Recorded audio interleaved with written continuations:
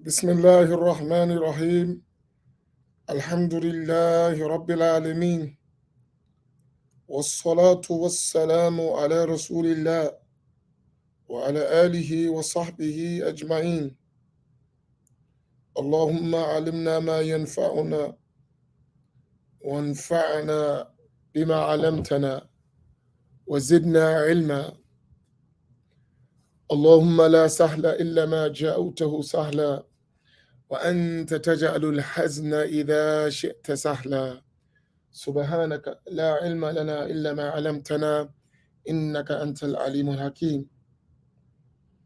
لله تبارك وتعالى.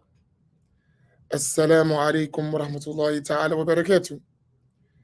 Inshallah tabaraka wa ta'ala, we're going to continue with our reading of the book Al-Maqasid, Nawawi's Manual of Islam. Al-Maqasid al-Nawawiyya. We are in the notes on page 115, continuing in why Muslims follow madhabs. And I want us something, and I noticed something. So, really, the work that we are doing is extremely important and extremely relevant to our time. I repeat, the work that we are doing here on this platform, Masjid Muhammad of Atlantic City, 3453 family, the work we're doing is extremely important and relevant for our time. Because we're at a level collectively of learning. We're learning. And we are discovering things that were hidden from us. All of us, including me. Why do I say that? Sometimes a person may know a thing, but not realize how important it is what you know, or how significant and impactful it is in your life. You may know something, but don't realize its extreme importance and value. Sometimes you may see a thing, so that's on the good side, right? Then other times you may see a thing that is harmful, but not realize the extreme nature of its harm. You know it's not good, but not really how bad it is. And I'm talking about in terms of our presence here as Muslims. Through this platform, we're getting to learn something. I said something to someone the other day, and they looked at me very strange. And then I had to explain what I meant. I said,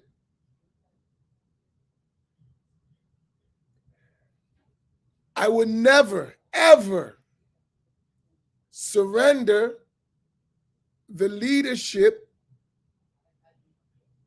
in our communities to someone other than us. And he looked at me like, huh? I said, I would never do that. I said, I will always cooperate with other than our community. I will always learn from people other than our community. I will always engage with people from other than our community, but I will never allow someone from other than our community to lead us. There is a difference. And the person looked at me like, I said, no, this is the norm for everybody. It's just the norm for them And they as a people think like that, so it's not even something to be mentioned. The problem is it's not a norm for us. And when we say it, it sounds strange, but it's normal in the world. It's normal. Nothing wrong with it. It was normal in the time of the Prophet sallallahu alaihi wasallam. It was normal in the time of the companions. It's normal today among our scholarly class around the world. It's normal. It's not strange. If you go anywhere in the world, expect that the leaders in that place are going to be from those people. Expect that. It's normal. You don't go to Egypt and expect to see Syrians leading the community. You don't go to Syria and expect to see Saudis leading the community. You don't go to China and expect to see Pakistanis leading the Chinese community. You don't go to Pakistan and expect to see Bengalis leading the community. You don't go to Africa and expect to see Russians leading the community. It's not expected. If you see it, it is such a rare occasion, and that person must be a special individual. Something's unique about that particular individual who's actually leading. But even if he's leading a group of the people, he's not the voice for all of those people. Right? So for us in our communities, it's been the norm for someone to come in our communities and already assume that I should lead and you should follow. I should take your resources and benefit my people at your expense without any return. No one does that but a fool.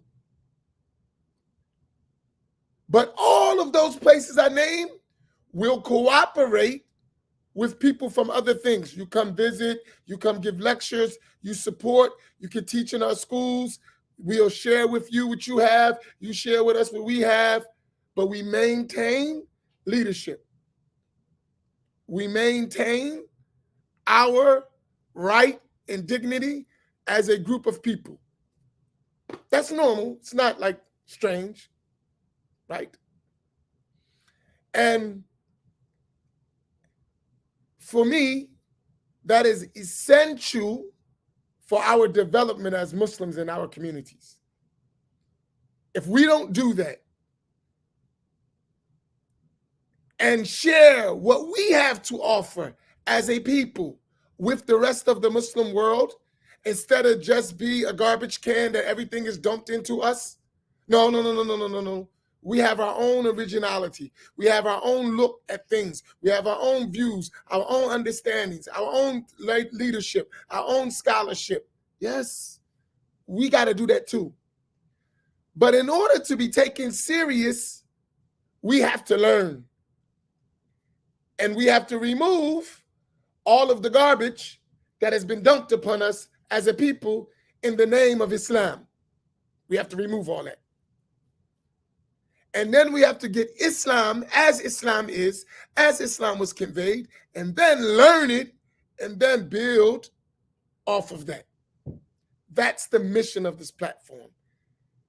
That's why I'm very deliberate, extremely deliberate in what I say, right?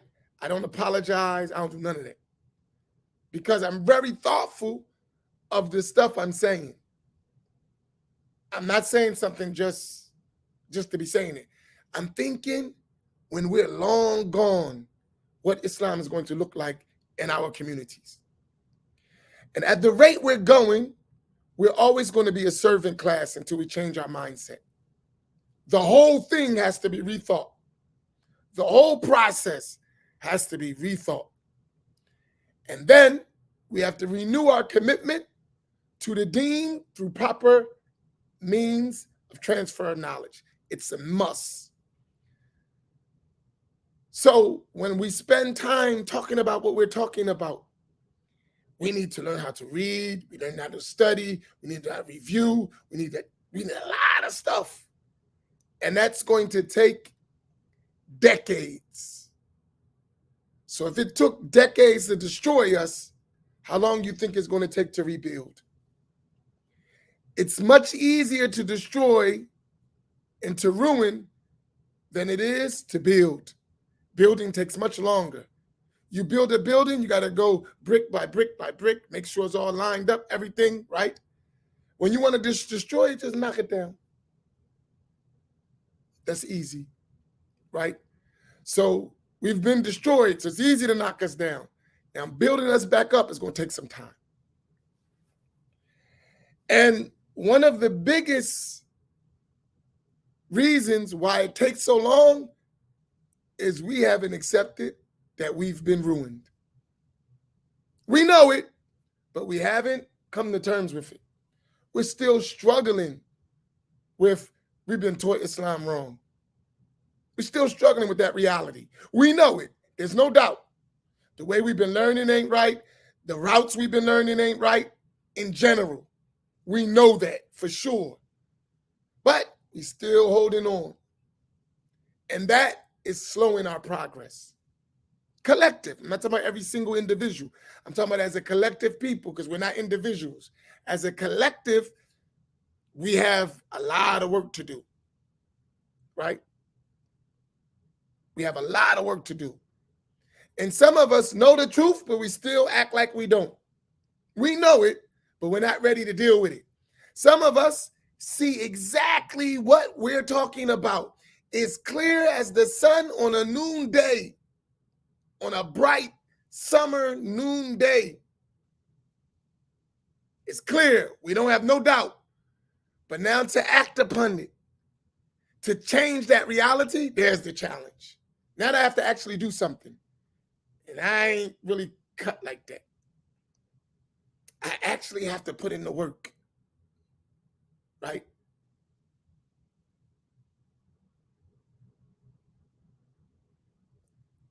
And it's been easy. And they did such a great job in laying a foundation of confusion for us that we almost afraid to challenge a system we know is wrong. So this issue that we're talking about right now in this part of the book, because we have a lot of things to do, it's essential so we can actually study the book. And I realize that what we're talking about, these extra issues outside of the subject, are extremely important that we fully understand them so that we can actually study the subject the way we're supposed to, right? And as I told you, I do ongoing studies myself, right?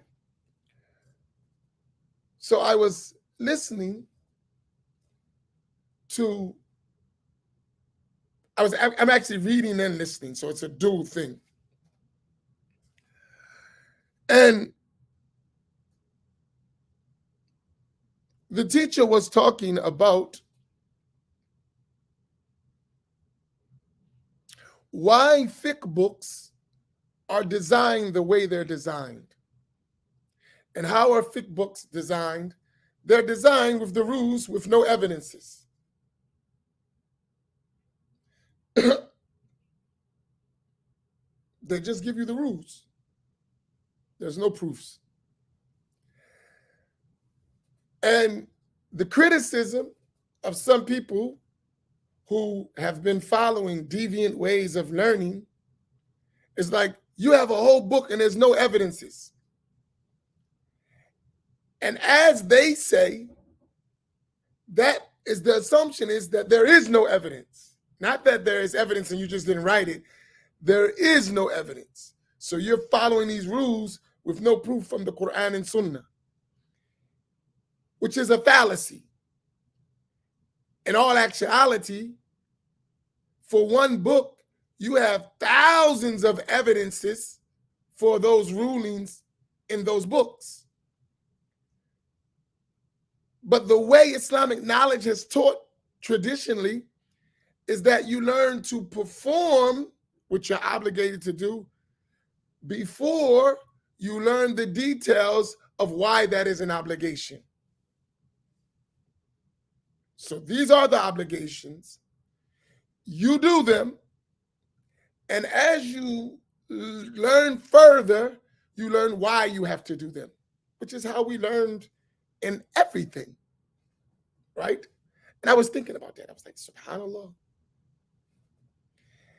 And then when we start talking about the evidences, you start to realize why you should have learned in the beginning.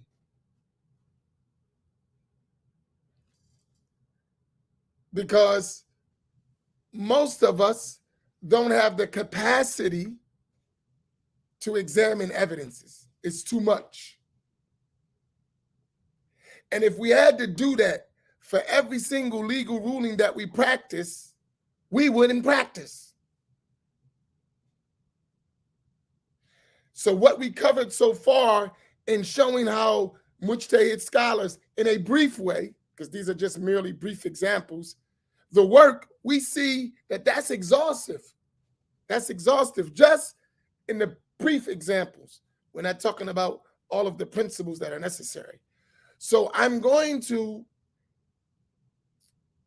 as we go through it, indicate some of those things so those principles stick in your mind.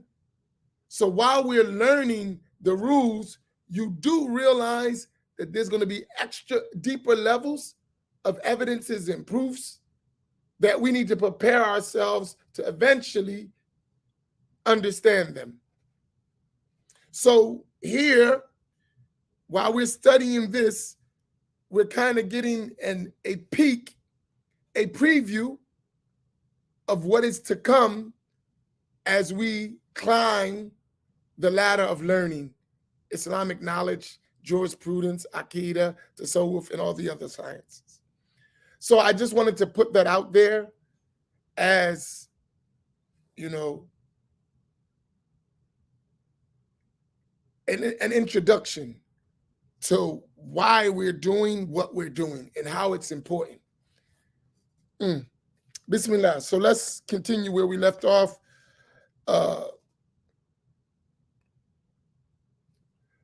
On page 115, after the author asks the question, but what else do the hadith say when someone quotes a hadith without an exhaustive knowledge of all the narrations that relate to that case? What else do the hadith say? And more importantly, are you sure you know it? Bismillah. Al-Fatiha to the soul of Imam An-Nawawi.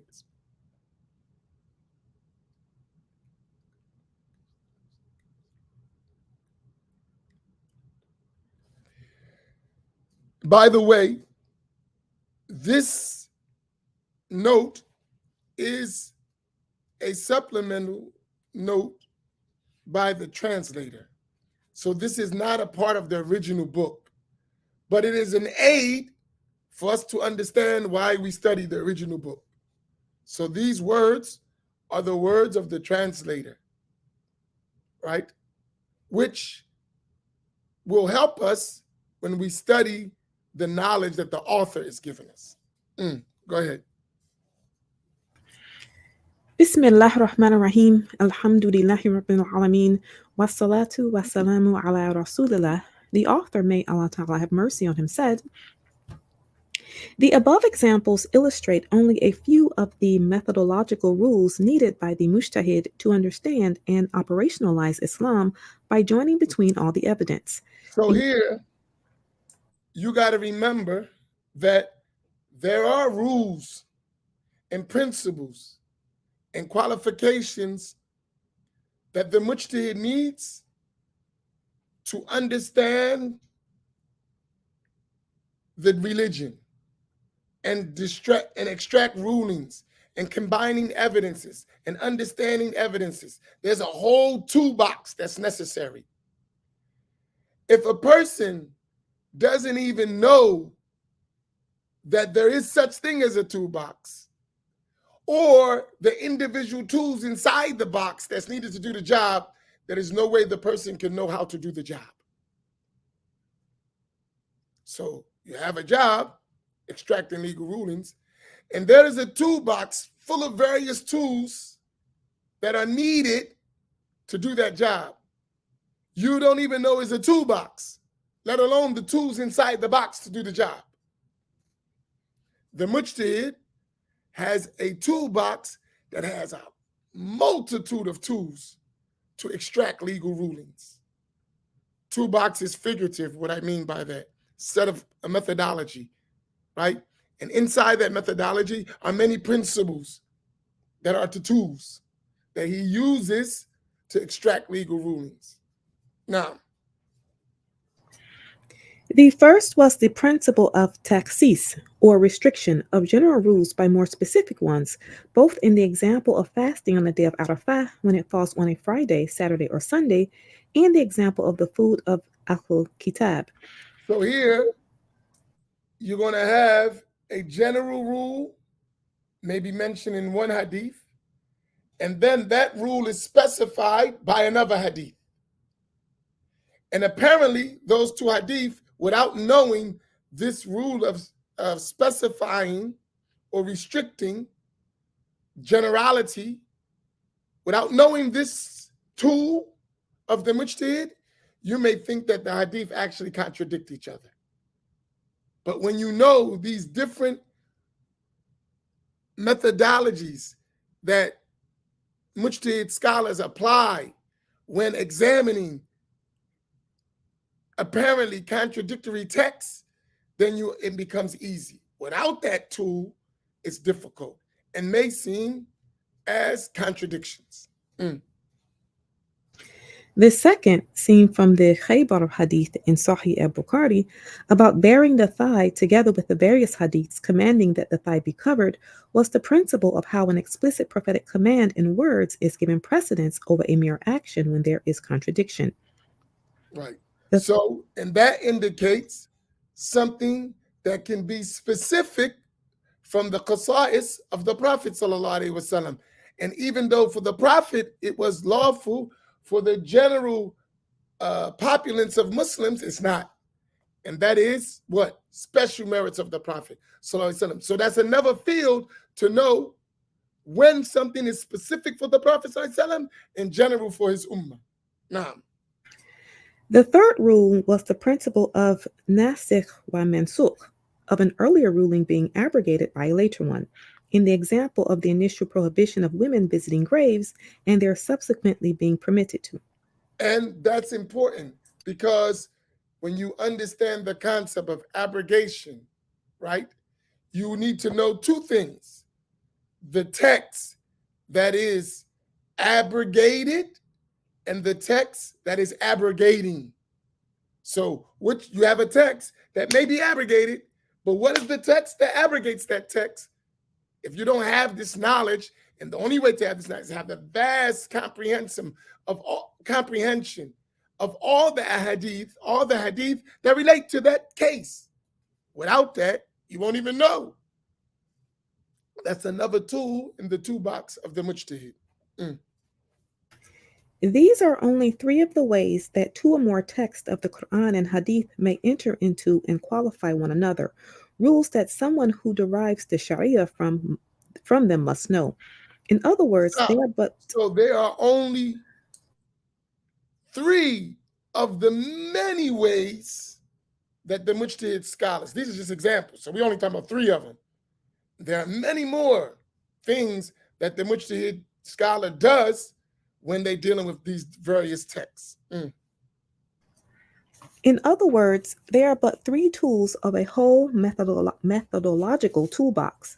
They reflect the situational context of the original revelation, the universal legislation it was meant to provide, and the very way words express meaning.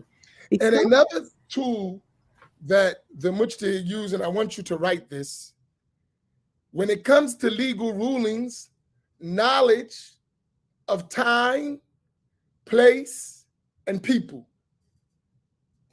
That's a tool. When it's applying rulings, the knowledge of the time, the era, the place, and the people and their customs. All of that is a tool when applying legal rulings to a given situation. The mujtahid scholar is aware of that. So he's never going to apply legal rulings out of their context. So the context of time, place, and people is always considered in the legal ruling and application of legal rulings to a given situation. In other words, if you give a legal ruling from a general text without considering the time, the place, and the people, which an over umbrella of that would be circumstances, you're going to apply the ruling in a wrong manner, and by that you would be criminal. As our teacher said, whoever judges a people without knowing their circumstances and conditions is a criminal. Whoever judges a people without knowing their circumstances and conditions is a criminal. So the mujtahid in his toolbox is this knowledge of time, place, and people. So not in every time, every ruling is going to be applied in the same way. Not in every place is every rule going to be applied the same way. And not with every people is every rule going to be applied the same way. There's going to be differences based on these set of circumstances, which the mujtahid would know how to do. This is a very important, especially when it comes to our situations. Oftentimes, people just give us rules with no context, no consideration of the circumstances of time, place, and people. Here's a rule for you, but when it comes for them, there's always this consideration.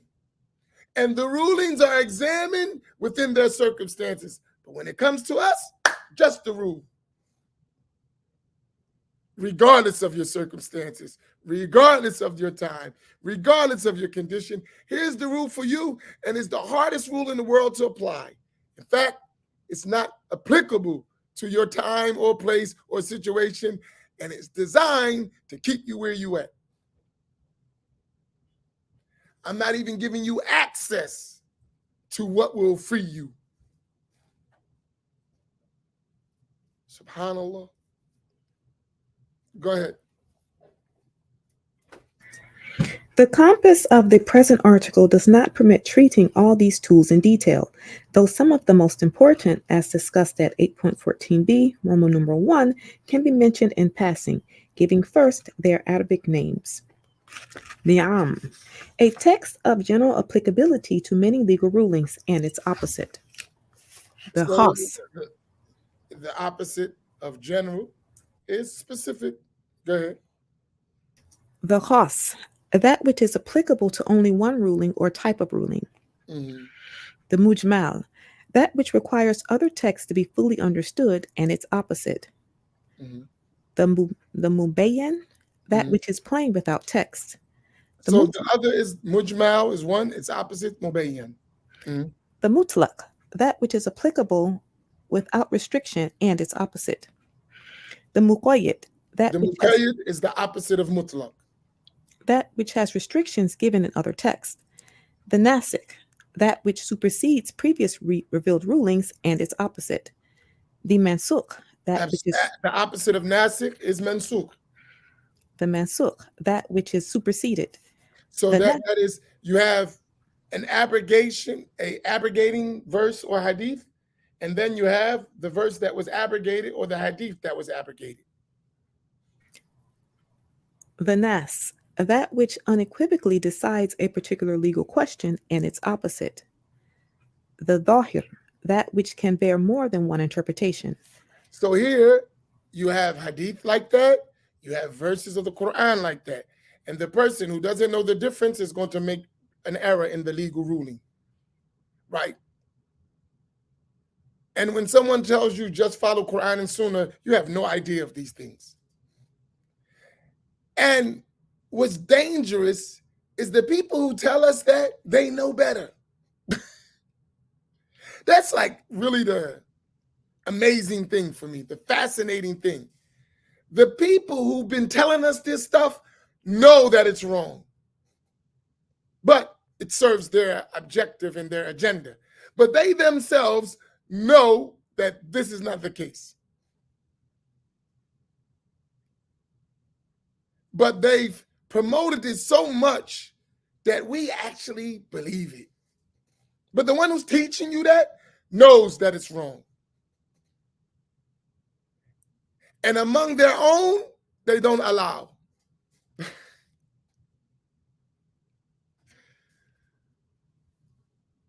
But they'll send their own to others to spread something that they know is wrong. And they actually study the books and they write books telling you that it's wrong, but they just don't give the books to you. And then when they do give them to you, they water them down so much that you won't even catch it anyway. Go ahead. The point in mentioning what a mujtahid is, what fiqh is, and the types of texts that embody Allah Ta'ala's commands with the examples that illustrate them is to answer the basic question with which this article began. Why can't we take our Islamic practice from the word of Allah Ta'ala and His Messenger, Sallallahu Alaihi Wasallam, which are divinely protected, instead of taking it from mujtahid imams who are not? So that's the point here. All of that is to answer that question. Well, I just follow Quran and Sunnah. I don't follow no imams. Okay, I'm going to tell you why you shouldn't just be following Quran and Sunnah as you think, and you need to be following mujtahid imams. I'm going to give you reasons for that, and that's what it's all talking about. And those were some examples in a brief way, which is obvious from that, how much we don't. And if I was to dig deep into what he said and apply it to our time, our place, and our people, it will be even more clear. Because he talked about all those evidences. Do you realize that 90% of our people have no access to the evidences that he mentioned in this article? I'm going to repeat that. If we apply what he said to time, place, and people, and we applied it specifically to us, 90% of us don't even have access to the evidences that he mentioned to illustrate his examples. Could anyone tell me why I just said what I said? I said 90% of us. That's a high percentage. 90% of us in our time, in our place, among our people, don't even have access to the evidences he mentioned to establish and illustrate his point, those examples. Could you tell me why? I told you already, but I want to. Farouk, we're not impressed. Could you please translate and spell right? No, I'm joking. That's me and Farouk's love affair. We just have fun with each other.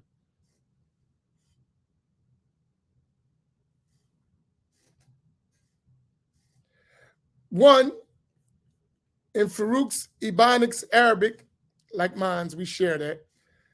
Lugha, right? Right? So, Lugha, Arabic language, right? Good. Right? There you go, Farouk. I threw you a pass. Ali Hoop, catch it. Don't be like the Eagles. Don't be like the Eagles. Don't fumble the ball all over the field. Right? Right? So, Lugha, Arabic language, it's all in Arabic. That's one problem. Even if it's all in Arabic, then we don't even have access to the books. Despite them being Arabic, we don't know it. Even the books are not available to most of us. You would go in the library and you would never see them. You go in the house and you would never see such books in their house. So they can't even look at the evidences. They can't even look at the evidences. It's not available, right? And even of those who have no Arabic, sometimes don't know the literature. So they know Arabic, but they don't know books. They don't know what books and what tools are needed. So even though they know Arabic, they don't know the tools. So that's a problem, right? So for such a person, if they keep it like that and keep you like that, you'll never learn, right?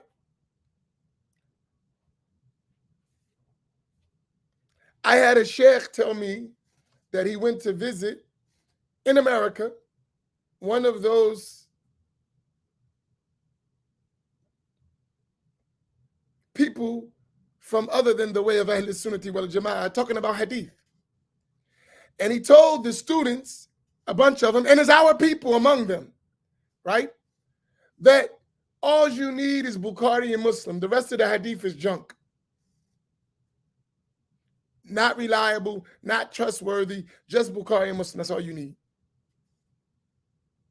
A sheikh told me that he was in there when the person said that. I said, that's ridiculous. That's ridiculous.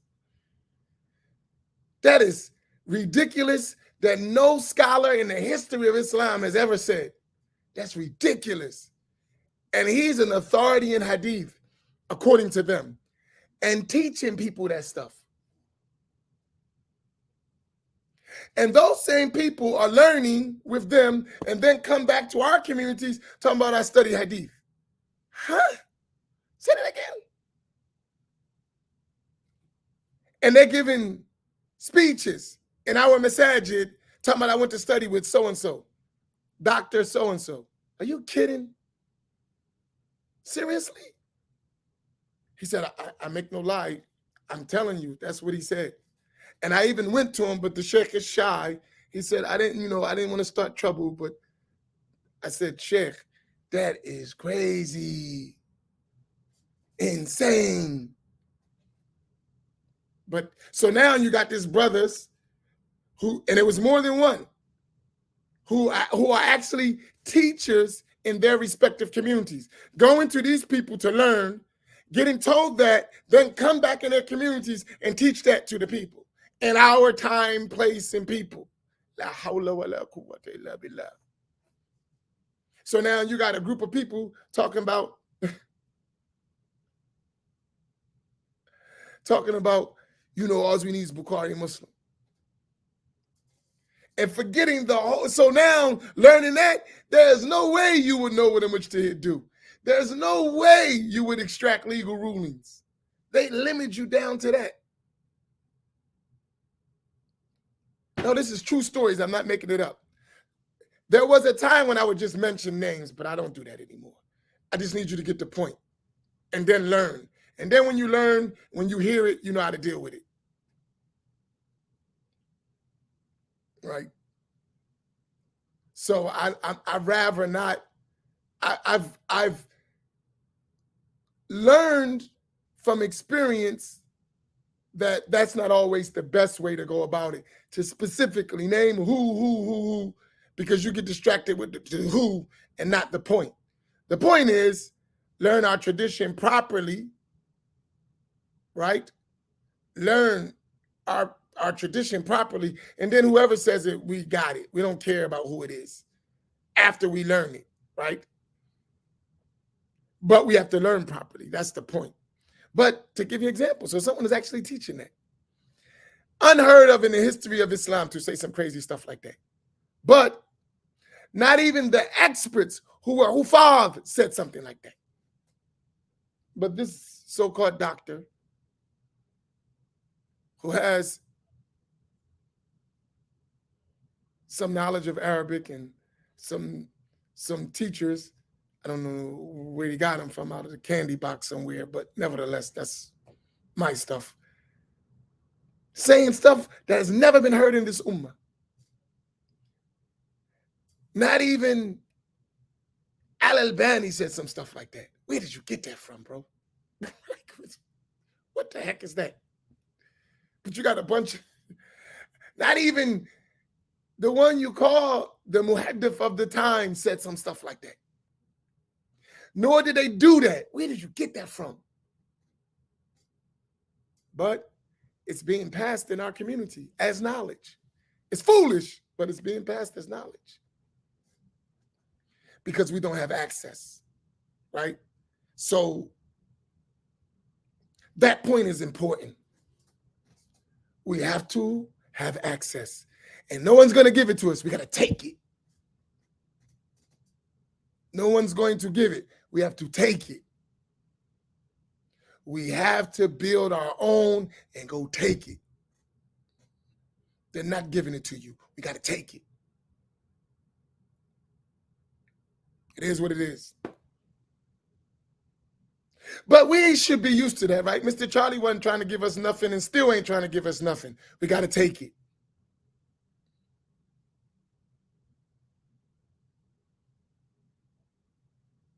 Yeah, Tenweer, I agree.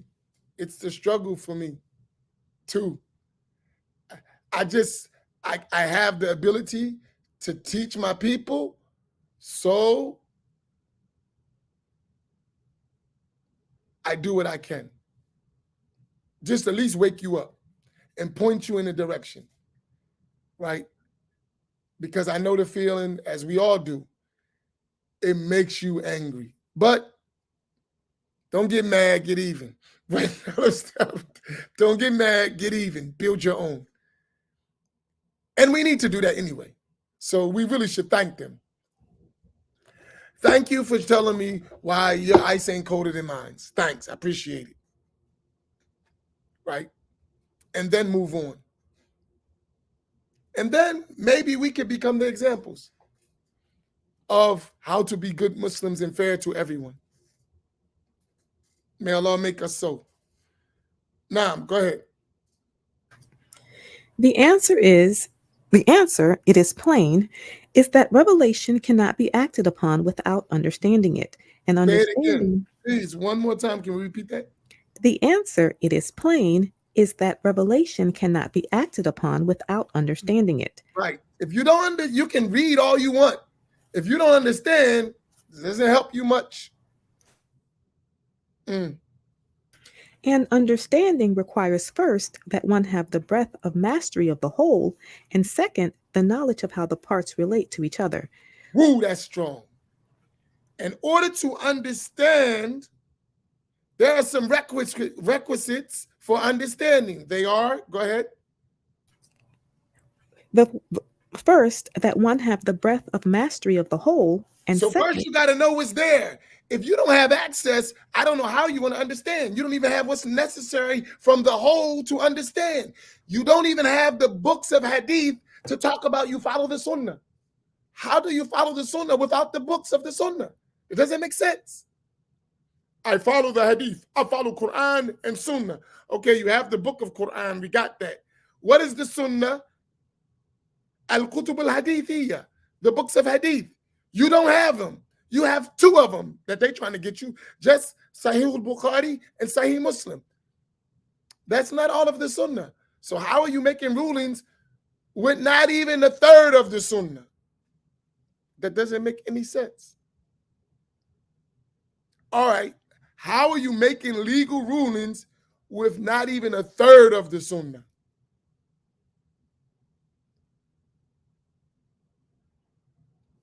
Explain that to me. How are you going to operationalize that one?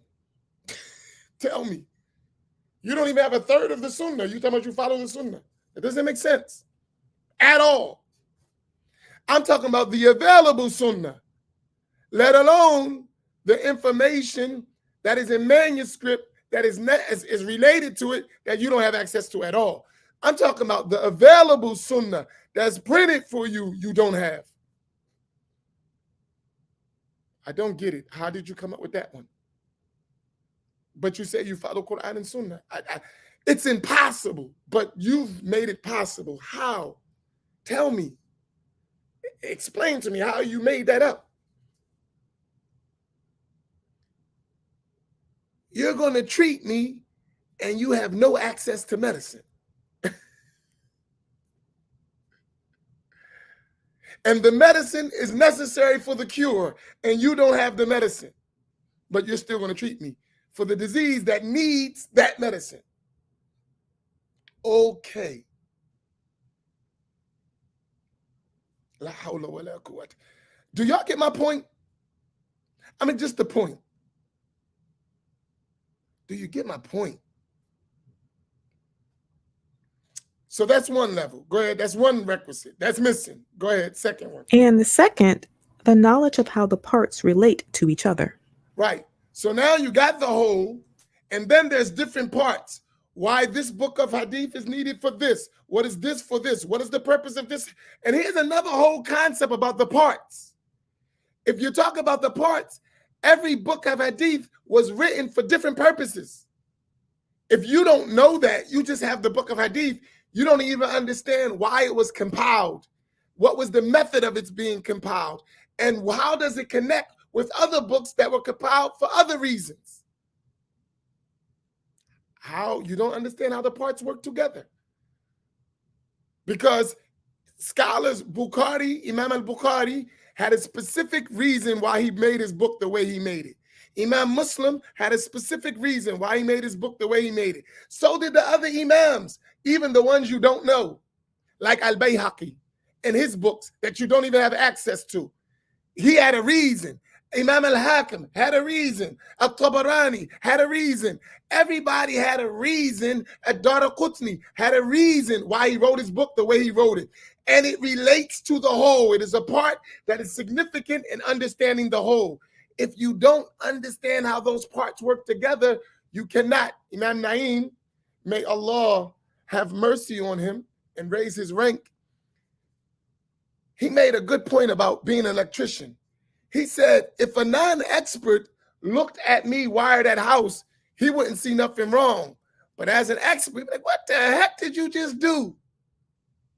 Imam Naim, I quote him, he said, he does electrician. He's an electrician, he works in that field.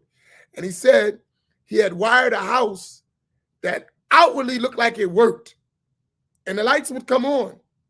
But if a professional looked at what he did, he'd be like, you're going to kill somebody. What are you doing? It's similar. When we look at it from an eye of the whole and the parts and how the parts relate to the whole, we'd be like, yo, man, you getting ready to send somebody to hell with this stuff you're doing. Outwardly, it looks something that is, oh, wow, I'm over time. Excuse me. Outwardly, it looks like it works, but it's very dangerous. Go ahead. Let's finish that last section. Go ahead. Whoever joins between these two dimensions of the revelation is taking his Islamic practice from the word of Allah Ta'ala and his messenger, sallallahu alaihi wasallam, whether he does so personally by being a mujtahid imam or whether by means of another by following one. Now, so the one, and what does that mean? Either he has the ability himself, we'll stop here. Either he has that ability himself, or he's going to follow someone with that ability, right? So in that case, he's actually looking at the whole and the parts, either through his own eyes or through the eyes of someone else who actually has that skill set. And then that is a taqleed. So we have the mujtahid, and if you're not a mujtahid, you need those tools. We establish who has that. If not, you're left with a taqleed, then you are muqallid. So therefore, you got to follow the mujtahid, which is actually following the madhab. So as we said, we'll close with this. You're going to have the mujtahid or the muqallid. One or the other. Pick one. And each one has its rules and responsibilities.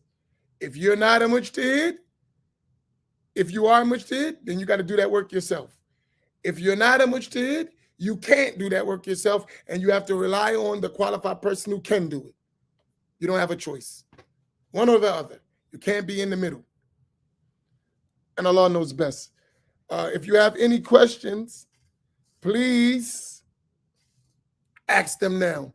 While tonight, we're going to have an interesting discussion.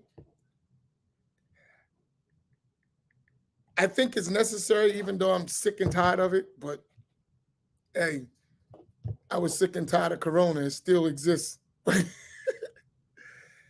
It's the title for tonight's roundtable is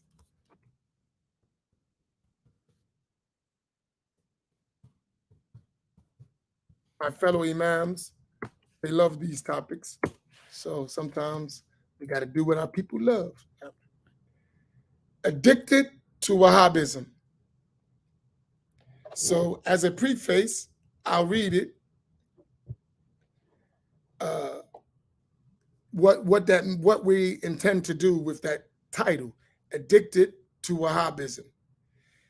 We will discuss Wahhabism like it is a disease, which leads to an unhealthy addiction that many of us are afflicted with. We defined it, so show how so many of us contracted it, its harm on us individually and collectively, and finally we discuss its symptoms that can be found among those who recognize its harms but still hold on to it in some ways. Allahu Akbar. So I'll repeat that. Addicted to Wahhabism is the title, and here is the subject of it. We will discuss Wahhabism like it is a disease, which leads to an unhealthy addiction that many of us are afflicted with.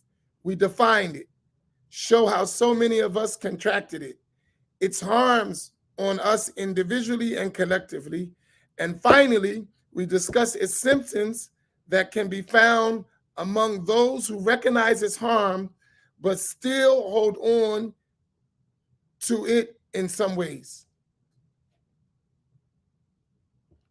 So that isn't Imam Genius a genius? Did you like the way he put that together?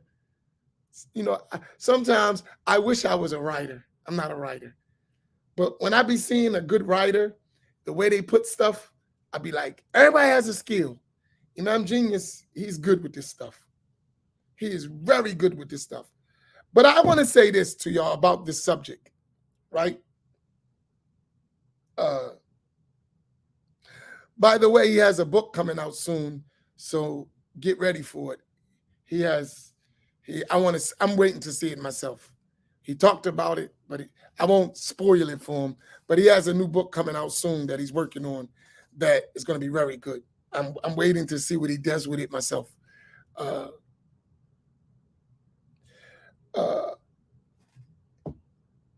One of the biggest issues we have in our community, right, and it's prevalent in a lot of communities, especially ours, right, our general community, is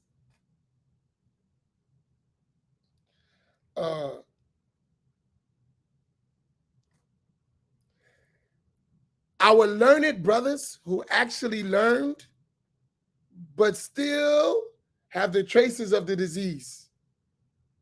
And when they teach with the disease mixed in their teaching. Right? So you have a Sunni who learned Sunni way, Al-Sunnah, follows a madhab in Aqidah, Ash'ari or Maturidi, follows a madhab in fiqh, Hanafi or Maliki or Shafi or Hanbali, and is an adherent to Tasawwuf, but still has sympathy and compromise with Wahhabi ideas. And when they teach, they allow those Wahhabi ideas in, right? So this is a form of being addicted to Wahhabism. And a lot of our leaders have that problem.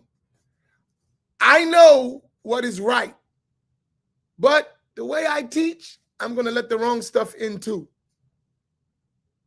So you'll have a Sunni imam with Wahhabi people teaching in their masjid. That doesn't even make sense. You Sunni, You know Ahl Sunnah, but you're teaching your people Wahhabi stuff that you know is wrong. Let me understand that one. You know it's wrong. That's why you don't follow it. But you still allow those people to teach, who teach the wrong stuff that you know is wrong.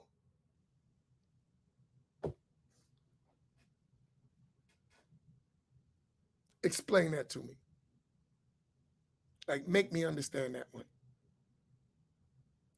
Even if, I'm not saying you got to call no one a kafir if it don't apply or you're doubtful. But even if you don't call it kufr, you know it's wrong. You do agree with that. Why are you letting it be taught? I didn't say they were not Muslim. I didn't say that. I said what they're teaching is wrong. Even if they're Muslim, it's still wrong. Why are you letting them teach it? Explain that one to me. And you know better. I can see if you didn't know, then I understand. No, you know.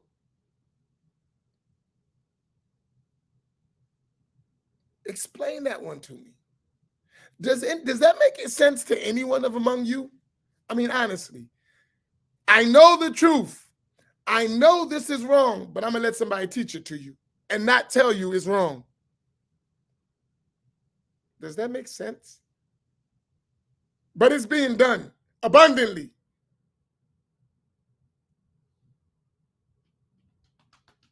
Explain that one. I mean, tell me how that works. How does that work?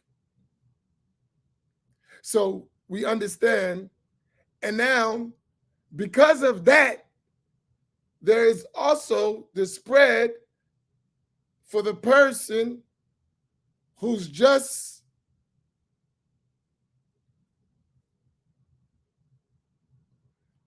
who's just coming to listen, who's being influenced by that, and more confusion. I have it even in my own masjid, loud as I am, with all my stuff. And people know there's no way you can be in my masjid and not know the difference. It's impossible. And they still struggling with it. Why? Because it sounds like he's the only one that talks like that. They don't have exposure. They don't have access. So once they walk outside of Masjid Muhammad, they're flooded with these ideas. And some of them succumb to it. Don't y'all? And don't I, every time I see y'all doing it, I tell you about yourselves? Right? I never let you rest with that stuff. So even in a place like Masjid Muhammad, hardcore Sunni place, you got that crazy dude, Amin Muhammad, on the minbar, right? Still in my masjid, there is this addicted to Wahhabism disease. In my masjid, where I'm at, and y'all know how I am, that's how bad it is. They come every week for years and listen to me, and I don't talk like this when I'm on the minbar. In fact, when people try to record me, I'll be like, don't put that on the internet. In my community, the way I talk to the people in my community is not the same that I talk to you. It's much more direct and much more explicit, right? Because this is my house, so I'm protecting a little bit differently, right? And I know the people.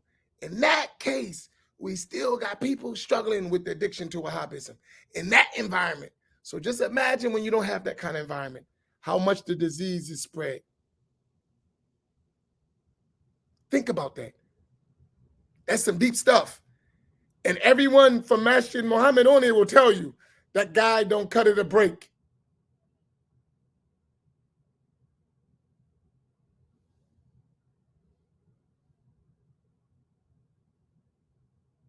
I would not tell you to go sit and listen to nonsense. Once you know it's nonsense. So you need to learn so you can distinguish truth from falsehood and why. That takes learning, right? And that's what we're trying to provide. It means, listen, I'm telling you, we have a lot of allies that speak the same thing, but we're not following them. We don't follow them, so they don't help. In fact, They rather just us, but don't get me started, man. I'll save mines to tonight. Don't get me started because I'm gonna start feeling like Brother Tenweir. I got some news the other day.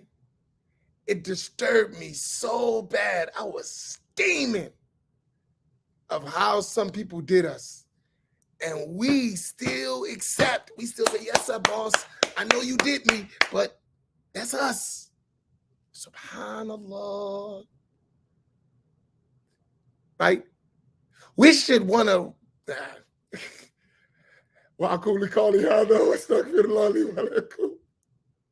I'll stop there before I get my blood pressure up. It burns me up to see people abuse us, and we are willing participants. We are willing participants. We are so afraid of Mr. Charlie in his various forms. He's become like a god to us, and we didn't even realize it. We are so afraid of Mr. Charlie in his various forms. He became like a god to us. It's bad. It's real bad.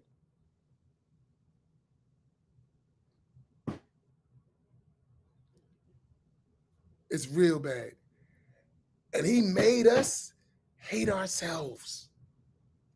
Even as Muslims, we can't even work together for ourselves. We have Islam and still we don't want to help each other. We don't want to support each other. We don't want to recognize each other. We don't want to build. We don't want to come in here and say, let's get this thing together. It's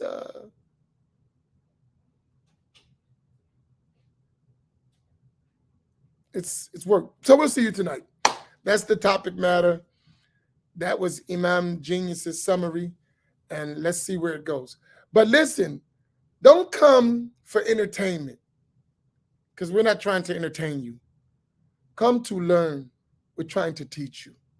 We're not trying to entertain you. I'm not an entertainer, right? I'm not an entertainer. It's not my field. I may say some things that may be entertaining, but that's not my intention. My intention is to teach you so this never happens again to us or succeeding generations. Okay, let me take whatever questions was weird there quick. I only saw one. The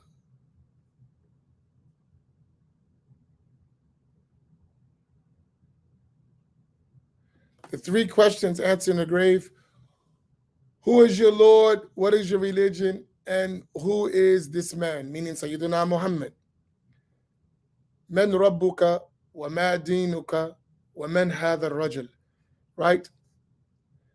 And easy, you can say Allah, Islam, Muhammad sallallahu alayhi wa sallam.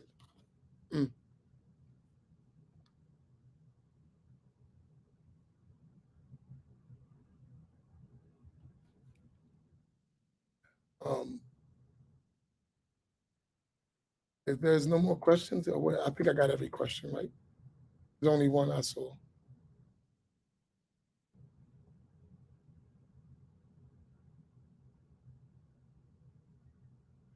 Okay, yeah, that's all I saw. Inshallah, okay, that's it, right? Okay, inshallah, we'll see you tonight at 7 o'clock. Barakallahu fikum wa jazakumullahu khaira. Wassalamu alaikum wa rahmatullah.